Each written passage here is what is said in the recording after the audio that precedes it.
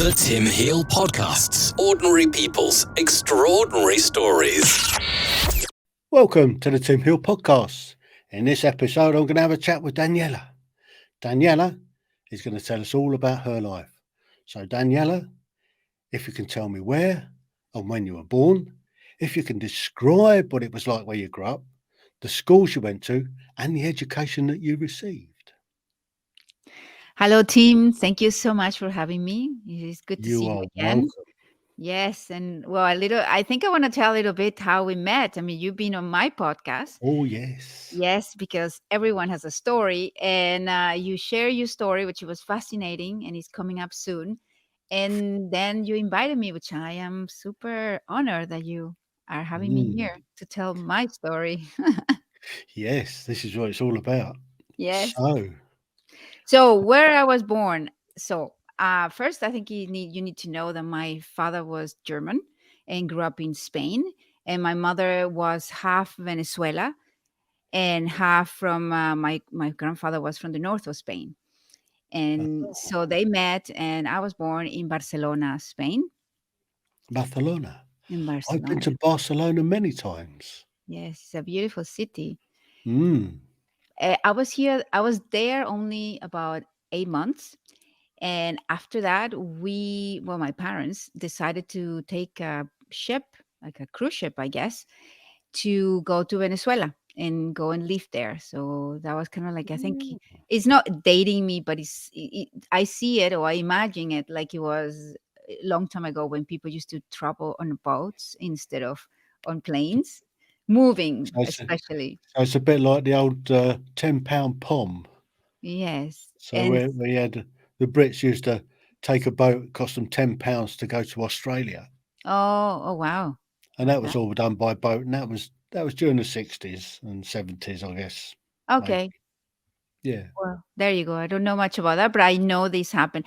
And on the boat, we met this family from Italy.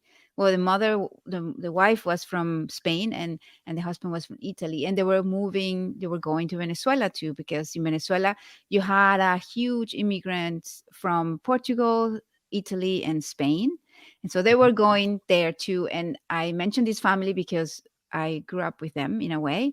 So they're like a second family. They're the family called Chinotis, and they had two siblings and a boy. His name was Pino, and his sister was Mari. And they have always been. They're like my cousins still. So that they met me when I was 8 months. And so we arrived in Venezuela, in Caracas, and I was there for a while.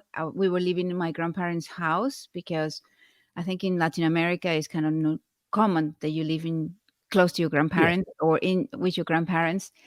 And that was there were my there were two aunts living there, my grandparents, my parents. So there was a lot of people, and it was really fun. There was never a dull moment to be in that house.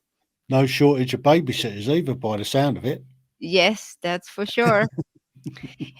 And so it was beautiful. We were in an area, El Cafetal, where they were. It is in the city. However, there is now thinking back, it was so beautiful. All the birds, all the plants that were there, and it was always warm. So I really enjoyed that.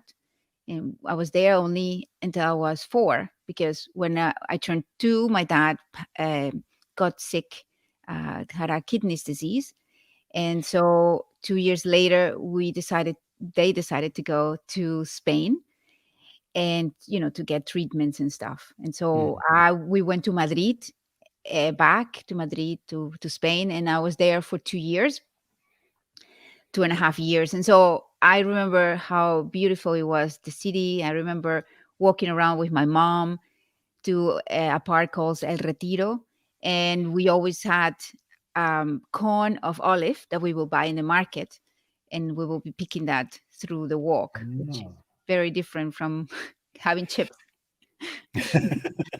Well, I know a little bit about Madrid because I used to go there occasionally with a truck, and I think it's just on the sort of the northeastern side of the city is where the agents were, the clearing agents. Back in those days, we had to go down on a transit form, and we had to get agents to clear the customs. And we always used to go to what they call Fred's Bar, and Fred's Bar is really famous in Madrid for being a truckers sort of Oh. restaurant. So we always used to park up around and go to Fred's while we were waiting for the customs to clear. So that's my experience of Madrid, and that's on the sort of north side near the airport. Well, there was a place where we used to go. It was a bar for truckers too, and the bar calls La Cruz Verde. And I don't know why, because my mom said, "How can you remember this? You were so little." But we used to have the best black pudding, Hmm. and I I love it because I don't know why. I mean, I was so little, but that's the only thing I remember from that place. Well, And yeah, 5, 6 years old. I mean, you do remember stuff from that time. yes, yes, I think I always tend to remember food somehow. So, Yeah. how was your father? Did he manage to get treated for it, and how is he now? Is he still about? So what we went there, and my father was in hospital all the time, and so my mom would drop me in different homes to be taken care of by strangers, which that was a weird thing. And so after the 2.5 years, my mother's father decided that he will buy the dialysis machine, and then we will go back to Venezuela. But in between 4 and 6 that I was living in Madrid, I will go and fly on my own back to Caracas in Venezuela, because Oh, sometimes my mom couldn't take care of me. So it was quite interesting that I've been flying and traveling since I was 5 on my own. And at that time, the flight attendants will take care of you and treat you yeah, well, and you were sitting there. So it was just really, I think that kind of that's why I love going to airports, and I feel like I'm free and independent and a grown up, because I used to fly on my own fly, since I was little. fly on your own. Yeah, brilliant. I mean, Yes. I know. In the army, they used to fly kids by themselves. They used to book a flight when they were going back to boarding school. So Um, they would book a passage or a flight, and they would have attendants that were there specifically to look after children who were flying unaccompanied. oh, interesting. Oh, So so so yes, it's now they don't do it as much, but they should have oh that no, service again, because why not? mm, yeah, absolutely. So bit of a Yes. jet setter then.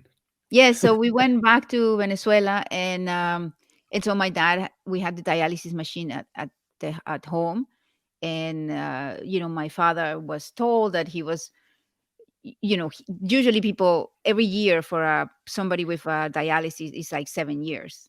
You get Yeah. 7 years old. So my dad was with this machine for 18 years, Oh, and so grief. yeah, so he passed away when he was 47.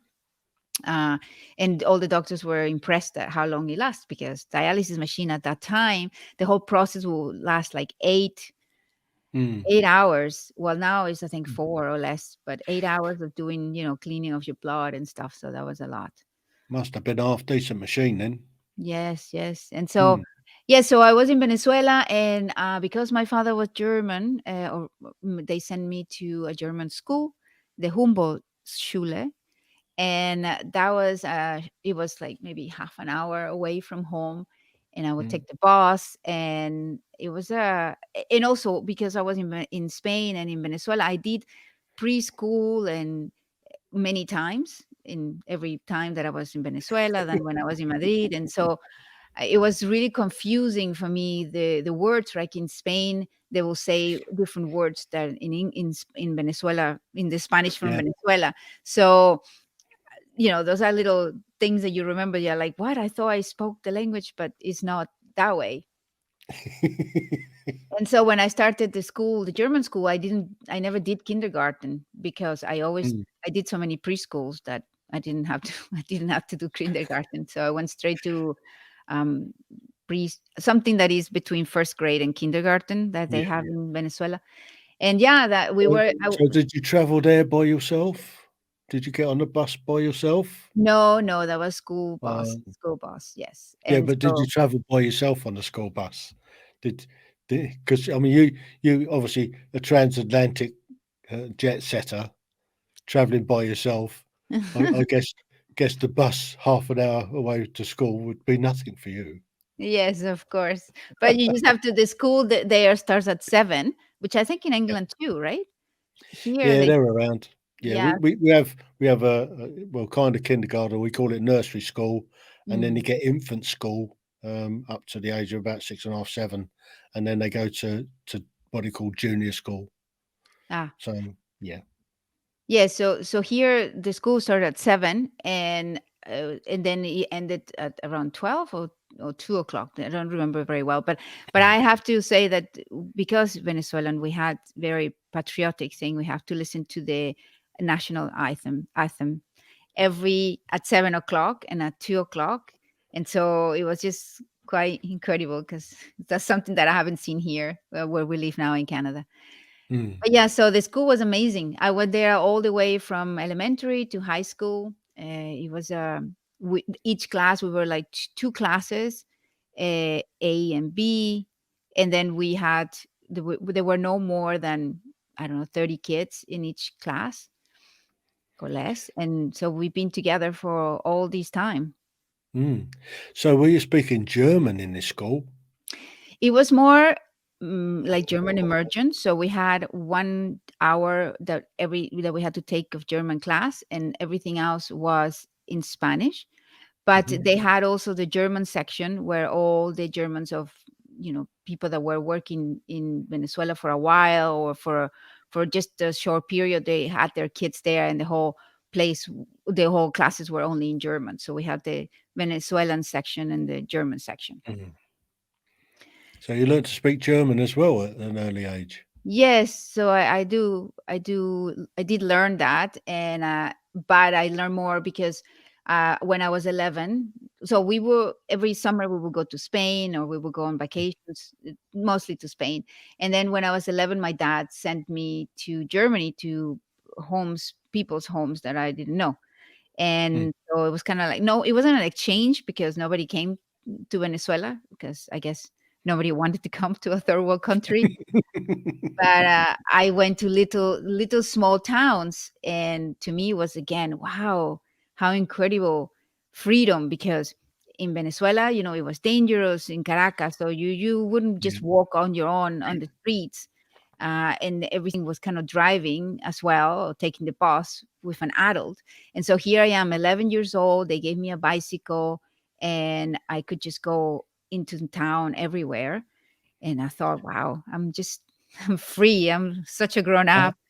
and this is in Germany. I guess it would have been relations of your father's that you were No, studying. no, they were connections through the school, families who would like to host me. Ah, And yes, so I was there for 2 months, and I met this family, and they were really nice. They had a daughter who was a bit older. I didn't get along too well with the daughter because she was a bit older and a bit, was different. But the parents were amazing. They were both. One was a teacher, so she was really good. And then, I started I have to speak German, so that was even more of mm, a practice. And yeah, so there were two things about that town. It was in close to Oldenburg, Essen, and Sandkrug. It was the town, and it was yeah. I love to drink apple juice and ride my bike because in Venezuela we don't have apple juice, like because there's no Now, apple. is this just pure apple juice or is this the apple corn? Yeah, the Mm. pure apple juice. That's what I Yeah, did. not apple Yeah, corn. yeah. Schnapps. Exactly. And so that was really fun. I enjoyed it, and we were in the newspaper as well because there were three kids from the school that came to this town from Venezuela. Nobody heard where Venezuela was before, so it was quite a thing. So we were in the newspaper, and that was kind of interesting. Oh, Yeah. brilliant. Yes, So we not only an international jet setter, but also a media star. yes, yes. And another thing, a funny thing that we did on the bicycles, we would go and explore the town, and we found corn. Like they were Yeah. planting corn, and so I stole it, which is really bad in German ways. but I took some and I brought them home as a, here, I'm going to make corn. And they were all looking at me funny. Why would you eat that corn? That corn is for the pigs. We buy the corn from US to eat. And I was like, what? And so that was really strange, right? Because in Venezuela, when we would go to the beach, every most weekends we would go to the beach, and it was like half an Mm, hour, 45 minutes, an hour, and the roads were not, rough, and you needed a car, a good vehicle, and then you will stop in the middle of the road and you will take mangoes from the trees, and so mm, it's like you just take things from the streets because they are growing wildly, and that's what happens, right? But then in mm. Germany, it wasn't the same. There was a very different ways of living. It was Yeah, I quite mean, interesting. if you'd have come to England and started taking things off of trees, they call that scrumping. Yes, yes, I yes. know, I know about that. I got caught a few times. Yes, and that was the difference between having a grandparents who were German, super strict, versus Mm, my grandparents from Venezuela, and they were loving and let's have fun, and it's not like you could do everything, but it was just a very good connection. Well, my German grandparents was like, if I was with my grandmother, she would be okay. We're gonna make the bed, once you make the bed, you don't sit on it until you get there to the night. And I was like, okay. mm. And then now we're gonna eat, and kids only eat on this kids table, and you don't come to the adults. And now we're gonna polish the cutleries and the plates, and I have to dry and polish them. And I was like, what? This is not fun. So yes, so it was very, both cultures were very different, right? Mm, And in Venezuela, when I was growing up there, all the neighbors were friends more than school kids, because the school yeah. was far away. So you hang around with your family or with your neighbors. And so Mm. we play, we went around, we were exploring, doing adventures things, walking through the streets, and it was just always inventing and creating. It was just fun. It was really fun. Brilliant. So, moving on slightly, into high school. Where did you do your high school? Well, the same. The elementary school and the high school was one school. Aha. So Yes. you just continued moving up through the school. So, what was your favourite subjects? My favorite subjects were history and geography. I love geography, actually. Ah, history. What history? This is interesting because history is different all over the world. So, Ah, what yes. history did you learn? Was it Spanish history? Was it Venezuelan history? Was it world history? How did you cover that? Well, we did have to learn about Simon Bolivar, who, I don't know if you heard of him, but he was like the Napoleon from South America. Well, no whole South America, but he independent Venezuela, Colombia, Ecuador, Bolivia from the Mm, Spanish people. And so he was like a god in our school, and we had to learn of him and all the yeah, battles and all these things. And so, we hear of him every day, every day, every day. And it was, you learn to love him. mm, I don't think you have to.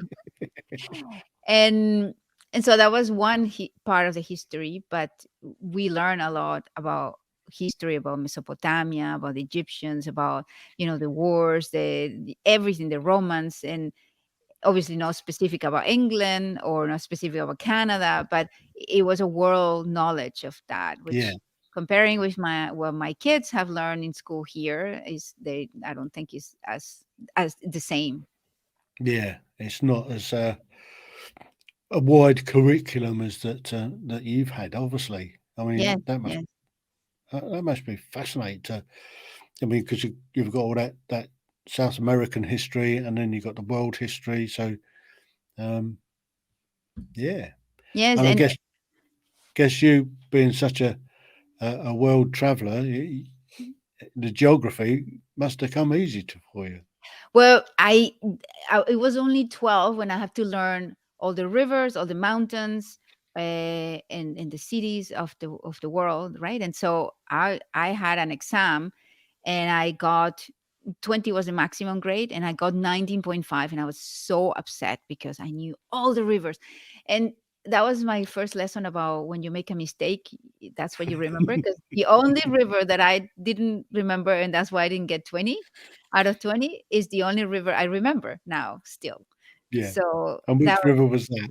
that was Mackenzie River in Canada, coincidentally. Oh no. So that was funny. That was funny that I learned, that I Mm, forgot that one. And yes, countries. So the other funny thing that has happened, knowing all the capitals and all the countries, is that obviously after 1990, after the 90s, a lot of other countries have come up, and yeah. I was not in school, so I didn't follow up. And when I have met people from Eritrea, for example, and then I will be like, Eritrea? How do I don't know that country? And so I realized that I wasn't in school. That's why I missed a few of them. Yes. So yes, and that's all. The school was amazing. We really learned a lot, and history and Yeah. geography were great. I was very bad at mathematics. Um, I don't think I have the best teachers either, and so they will make sure to say that I was dumb in front of everyone many Mm, times. But for me, I'm very good at finances, so I think that's good enough. yeah. Well, when it comes down to hard cash, then you soon learn about maths on that score. Yes, yes, that's But true. when it comes to doing algebra and stuff like that, who uses that? I know. So, but yeah, so I finished high school, and I decided that I wanted to be a diplomat because I want to travel the world. There you go again. And so the Did you best. did you do English? No, Did they well, yeah, teach? we did have English classes, but again, if you don't practice, you don't really know that much. Yeah. So German was the focus, and my father only sent me to. So I went to Germany at 11, at 12, and at 13 he sent me to Kentucky. Yes, Kentucky, in the US, to learn English. And I did learn a little bit, but I also brought 20 kilos more on me because the family, who was lovely, had Yeah. me on a diet of McDonald's daily. Oh, And so mm, I had, well, first of all, the first McDonald's that came to Caracas, I was 17. And so at 13, I saw McDonald's, right? And so they had me eating a Big Mac during lunch. And then I don't know what else I ate, but on Sundays we would go to Wendy's, which it will be also a place like McDonald's, yeah. but with a salad buffet. And then and then they had buckets of ice cream, which, again, I have never seen things like this because we don't have big things like that. Yeah. Now they have, but not before. And ice cream, waffles, and syrup, and so we will be eating all that at 2 o'clock in the morning while watching Friday the 13th movies and all scary movies. And so 20 kilos later, I arrived back to Venezuela, and it was quite interesting because we were in German class, and the teacher asked a question. I raised my hand, everybody turned around to look at me, and everybody was like, "Oh, you have gained weight." And yes, it took me a while to lose that. And it was funny, yes. And so then, when talking about Mm, McDonald's, when I was 17, I would go with my best friend, and we will sit there and smoke Marlboro 100. They were long ones. yeah, yeah. And then that's what we did. We smoked cigarettes in McDonald's because it was like the cool thing to do. Brilliant. Yes. So, what what did you do when you graduated from high school?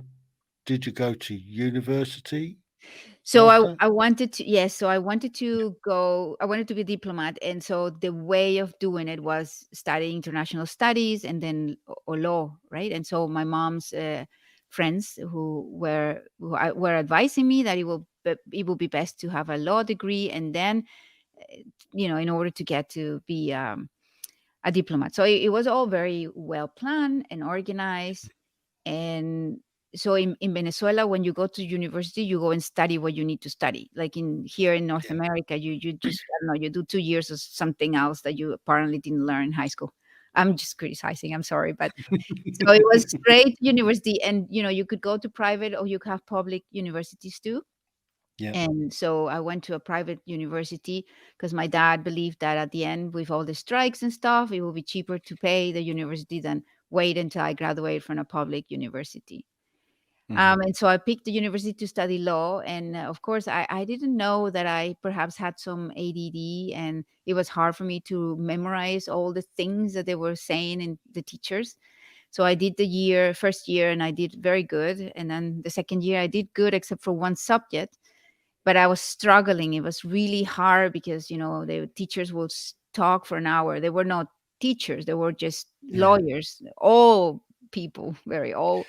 They would talk Yeah. for hours, and we have to record everything. And then we go home and write everything that we record. And it was just, I don't learn like that. And I, of course, didn't have the knowledge that I have now, that how Mm. I learn best. And so I went to so I failed. I failed one class, and if you fail a class, you have to repeat the year. And Mm. It's a so bit harsh, isn't it? yeah, so I was going to do that, and I re-enrolled and everything. But then my father passed away, and after, I don't know, a few days of the class, I was like, I can't do this. I don't like it, and so I quit. And the next day, my aunt, because my mom left my dad 5 months before, and then my dad passed away. So my aunt, who saw me, that I was, okay, she's not in university. Alert, alert. And so she said, "You have an appointment for an interview on a hotel job tomorrow." And so I was like, okay. And so I went to this interview because, in Venezuela, everything is by Yeah. connections. And my family was always, my grandmother was one of the first nurses graduated. And so she ended up being the director of a hospital. So she was very well connected. And so my aunts and everybody. So they said, okay, you're going to this interview. I went to the interview, I got the job, and I was working in the Intercontinental Hotel in Caracas, El Tamanaco, in a lounge, something I don't remember now. And so I loved the job. I had to talk to people. And they hired me because I spoke German. So I was Mm. speaking in German. I was helping people. I was, serving. It was just, I just loved it. And after 3 months, my boss was not the nicest because, well, I don't know. I was very popular with all the Mm. businessmen. And so she was, I don't think we can move you forward for your probation period because you don't speak English. And so I was like, oh, okay. So if I don't speak English, then I'm leaving. And that's why I decided to go to Miami to learn English. All right. Yes, yes. So did you transfer within that hotel group, or did you leave it and then get a different place in Miami? No, I left the hotel. I left the hotel because, well, I was just 3 months there, right? Hmm. And then I went to Miami to, so in this and this pa- and on this my father passed away, so I didn't know what to do. And I said, well, I don't want to be here. Like, my grandparents thought that I was a burden for him. Not that Mm. he said it. He loved me very much, but I could tell. And I didn't have anything to hold me there. Like, I love Venezuela. It's a Yeah. beautiful country, but the fact that I grew up in i- in a German school, I never really felt that I was Venezuelan. And so Mm. I didn't mind traveling, and so I went to Miami. I had the opportunity. I knew somebody who could help me, and so I was there for 2.5 years, and I went to community college and learned English. It was hard because in Miami everybody speaks Spanish, so I could pass by. This was in the 90s, so I could pass by saying, "Oh, sorry, not Spanish. I'm German," and so Mm. they believe me. And that was the only way that I could speak, that I could practice. English. Hmm. Mm. Yes, and Miami was That's nice, interesting. but Mm. I didn't. It was too hot in the summer. Yeah. It was my first time being free, right? Because when I grew up in Caracas, I was my mom wouldn't let me do anything or go anywhere because everything was dangerous, Mm. and so here now I on my own, and it was fun. It was fun to I have my own vehicle to go to school and then go to the beach. It was Yeah. fun. I liked it. So, a couple of years later, what did you do? So I thought maybe I study something there, public relations, design, interior design, but I didn't really like Miami too much to stay. So my mom was living in Montreal, in Canada, and then I heard from someone that maybe if I that hotel industry, because I really liked that job, that I could go to Switzerland to study hotel business. And so Mm. I asked my mom, and she didn't really want me to be in Miami anymore. And so she said, "Sure, we will help you." And so I went to Montreal for 6 months, waiting because I did the application for the Yeah. school in Switzerland. It was the Cesar Ritz in Le Vouveret, in the French section there, or close to Montreux.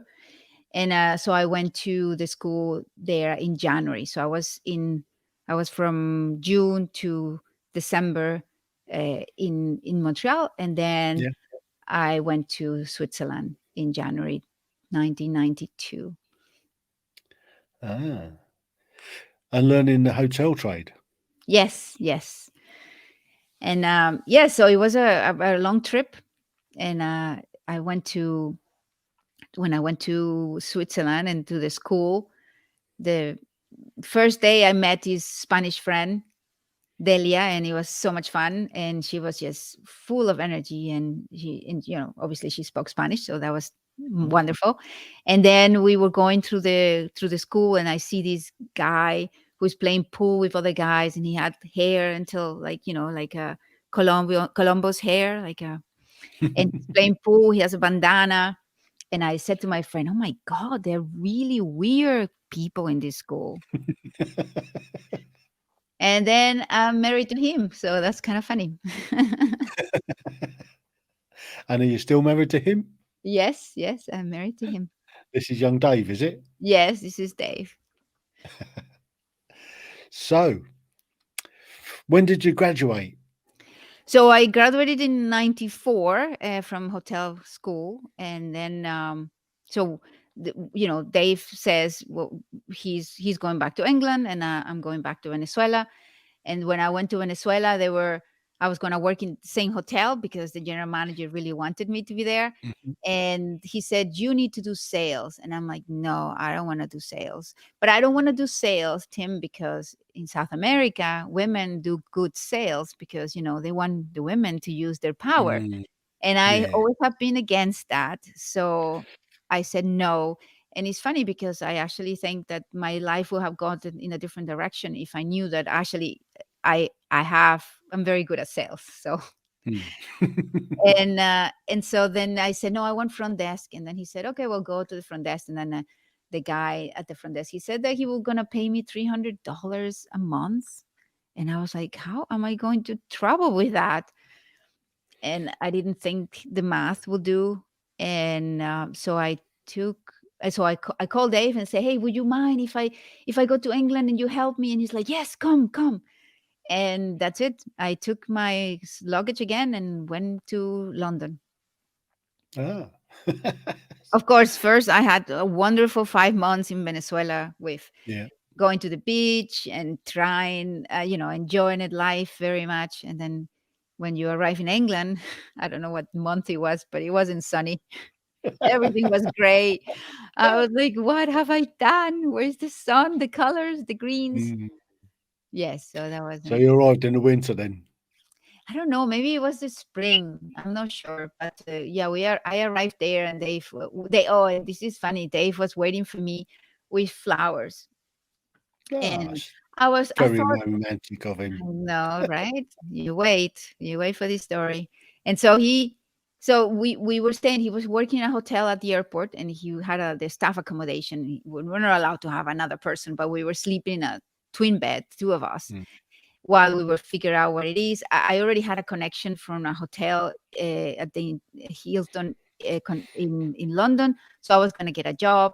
And I said to Dave, we have to go to London. We can't be in Heathrow. And so he says, don't worry. Before the flowers die, we'll move out. You know, the flowers that he gave me at the airport. And I They were looked at plastic. him, and they were plastic. Yes, he didn't know. How did I know that? I saw that one coming. He didn't know the flowers were plastic. Can you believe it? So he was shocked. I'm like, oh no, God. So you were there for quite a long time then. No, it wasn't that long. But yeah, so we moved, and then we both have jobs in hotels. He was at the Sheraton Park Tower, and I was at the Hilton on Park Lane, and so we were just across, right? We just have to go through the park, High Park, to meet. Yeah. And so we always did that after a shift. We would meet. You know, he comes from down, I come from there, and Yeah. it was like the movies. It was fun. London was fun. It was a party. It was meeting people. It was, Mm. I think it was, what was, we were what, 24, 25, 26, and it was Yeah. so fun. There Yeah. was not a dull moment. We met so many people. Everybody, I thought, was always very open. Nobody ever asked you, where is your accent from, or where are you from? Everybody just wants to have fun. hmm So I don't know if it has changed, but I don't think so. So how long were you in London for? We were there for 3 years. Okay. Just working in the same hotels for 3 years? Yes. And we're working in the same So hotels. where'd you go after that then? So then my mom, because she was living in Montreal and she applies for my papers for Canada, she was like, okay, you got the papers. Now you have to come here.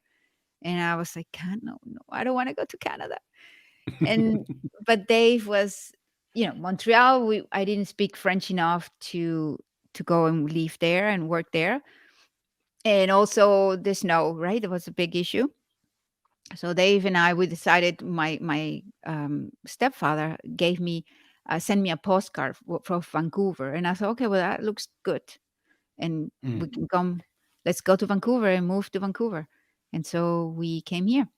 And I went to Montreal first to see my parents, and Yeah. then I was there, and and I came here first because I had the papers and Dave didn't. And it was interesting because we were having a conversation, and my stepfather says, well, here in Canada, you only get 2 weeks vacation. And I was, what?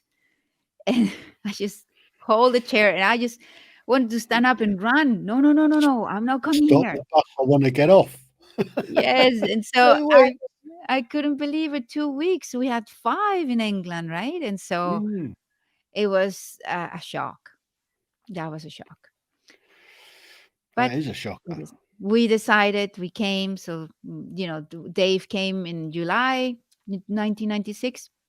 And we got married here, and then he went back and came back when he got the papers in January.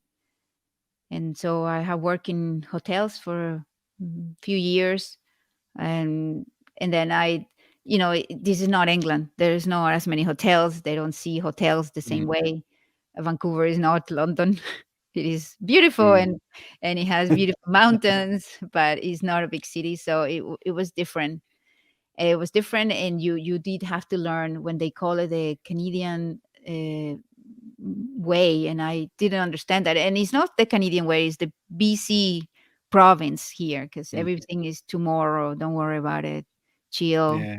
take it easy. And in Quite laid England, we back. were like, yeah, laid back. And in England, we were like, okay, let's do it now, quickly, just for yesterday, and so it was. I came with that mentality, and it was really, I was clashing with people, because they were like, well, this is not like that here. Yeah. So yes, so I had to learn a lot of different cultures and people's way for. Yeah.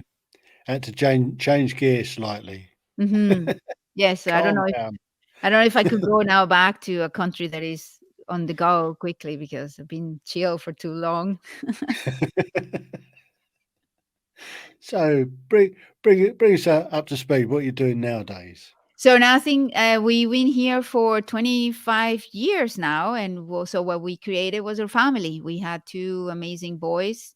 Now they are 22 soon and 19 soon, and and that's what we've been nurturing, I guess, and Yeah, enjoying the beauty and nature of Vancouver and British Columbia.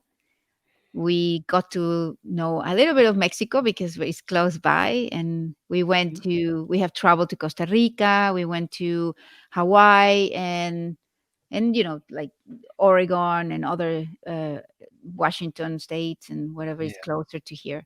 So that's what we've been doing.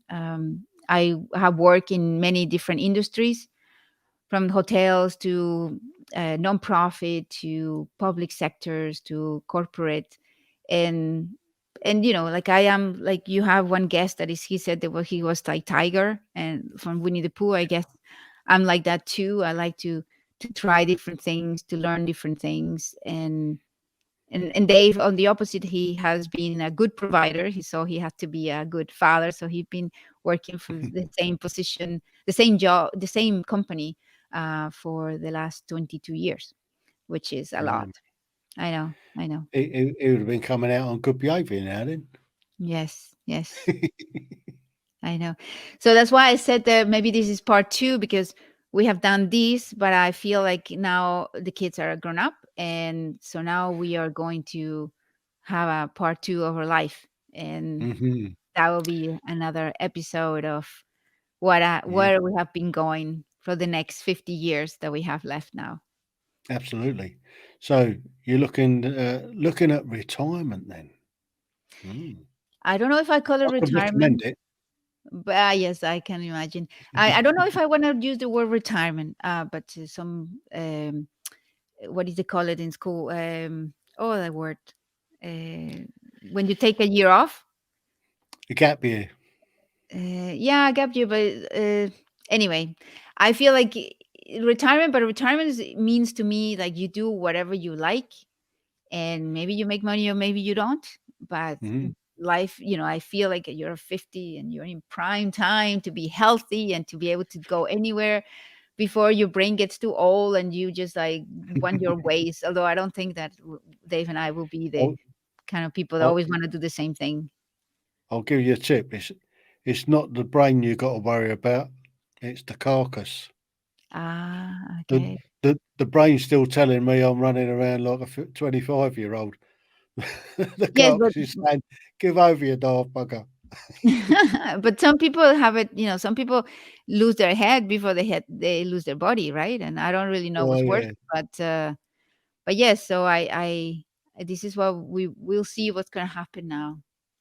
You'll yeah. be And so that's the summary of my life. I have Mm. very good friends that I have made on the way. People everywhere, from the school to from Venezuela. I have my best friend Carlos, who is living in Germany now, and my best friend from high school, who is still in Venezuela. Her name is Carmen, and so I have beautiful people that I have met through my life, and they're everywhere. So I'm very fortunate for that. Fantastic. You do know you can use them for cheap accommodation when you Yes. travel. Well, yes and no, because I think sometimes it's better to be on your own place and not have to, Yeah. you know. Well, with your skills in the hotel business, I'm sure you could wangle the odd cheap night somewhere. Yes, that's true. That's true. Yes, no, I would love to be able to kind of run a villa somewhere in Italy or something. That would be Mm. really fun. And then having people over. I don't want to own the villa, but to be able to have people Yeah, over. I And think the old Airbnb does a fairly good job on that sort of score, doesn't it? yes, that's true. But my skill, I mean, I'm great at communicate. I'm great at connecting people. I'm great at meeting people. I love people, and so that's why having my own podcast like you has been is a treat, because you meet Yeah, awesome people like I met you, and you I don't know, you just learn from other people's experiences, and I think that's the best not university of life, getting absolutely, experience yes. from others. So I mean, I have absolutely loved what I've done with my podcast. So I've come out with that basic format, and I think that's kind of serving me fairly well at the moment. Yes. And getting onto Podmatch, well, that's transformed what I do. Yes, that's true. That's true. And I mean, the first part that you did is saving a portion of each of your life story, because, Yeah. and this is exactly how I thought I start my podcast. No, for myself, because my life, I didn't think it was as interesting as you going to all these places and doing all these things, but to preserve the stories from others. And I think this I, is I, I think I've shown you slightly different there. I think you've had a fascinating life. Thanks, thanks. I mean, look, you're a linguist, for one. I mean, you got to travel. Uh, at 5 years old, you're an international jet setter by yourself. Yeah, that's That's true. fascinating. And then going to Germany when you're 11 and Yes. having to sort of learn to speak German. I mean, you can't carry on saying "Ich bin Ausländer, nicht verstehen" all the time, can you? Nice.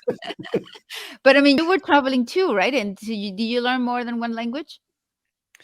I, what I try and do is whatever country I'm in, I try and learn some very basic stuff, saying please, thank you, hello, um, can I have a beer, can I have some food, and can I get some directions to wherever? So I've got a very basic, so I can do a little bit of Norwegian, Oh, Swedish, wow. German. My French is fabulous. I used to drive a truck from Oslo down to Paris, and we used to go out to a factory near Le Mans, and there was a charge hand there, and he used to see me coming, and I park up, we get out of the truck, and as I'm walking across the yard, I say, "Bonjour, monsieur, ça va? Avez-vous changé pour moi pour Norwich, s'il vous plaît?" And he's put his hands, he says, "Please, please, I speak English." That's funny. That's funny. You Worked said for it all me. at once? That's all I had to say, and he'll All at come once. back in English. All at once. Yeah, Oh my yeah, God. just that phrase, That's so he'll cover his ears and, "Oh, please don't speak French. Please don't speak French. I speak English." Yes. No, I speak French basic. Like I can do silly conversations. So and Mhm. then our kids went to French school here. So they always used to make fun of me. So that wasn't helpful. Mm. And well, Sebastian will say, I only did it once, but it sticks with you. But my purpose is to learn better French, not die Mm. without knowing it. I think that's the one that I really want to learn. Although I'm thinking maybe Italian will be easier, and it's as beautiful too. Yeah, I guess Italian's a little bit like Spanish. It's Yes, similar a little more, only with the similar hand. to Spanish. Although that's not true, but Yeah, I mean, you have to do that a lot. I mean, you just do that and speak Spanish, yes, and it sounds like that's true. Italian. Yes, And put O on everything. yes, yes, that's true. And so yes, so that's the story. You did I answer all your questions? I think you did. I Okay. th I think you lied to me. You said you didn't have much of a fascinating life. I Well, believe you did. I mean, I like my life. I like who I have turned into, but and I love what is going to come next. So I am excited for the future as well. And Yeah. yes, I have been always very fortunate. I was very loved, and it was I was here and there. and and that was and also a lot of mixed cultures, which is great because you're more open, but it's also not Yeah. so good because then you don't know where you belong. Recently, I learned that it calls a third culture kid. That's what I am, a third Mm. culture kid, and it's apparently some work done in that, some essay done on that. Kids that are um, international kids that don't Yeah. really feel that well, I'm not a kid, but they don't Yeah. believe, they don't know where they belong. And so that's kind of like sometimes difficult because, you're part of the world, you're a human Yeah. being from here, but Yeah. You we can always want to belong, right? So that's the yeah, you difficult can part. always say, "Wherever I lay my hat is where my home is." Yes, And I exactly. think you made quite a good home there in Canada. Yes. You've obviously made a fantastic life for yourself. Yes, but then again, we have been jumping from one place to another. So here's the longest that we have been somewhere. So time to go somewhere else and explore Like, number of things. yeah, like the Australians say, we need to go walkabout, mate. Oh, okay. So you Yes. need to go walkabout. Do you also go to Australia? Not yet. It's on the Okay. bucket list. Oh, It's on the bucket list. yes. Mind you, Australia, there's an awful lot of things that want to bite and eat you there. It's a very, very dangerous country. Oh, I see. Okay. Well, Daniela, that has been fun. That's been lovely. I've really enjoyed our chat. Thank you. I enjoyed it too. Thank you for picking on my brain on my life history to record. Yes, it's there for the future, Yes. for your grandkids and your great grandkids and future generations. Thank you. The Tim Heale Podcasts. Ordinary people's extraordinary stories.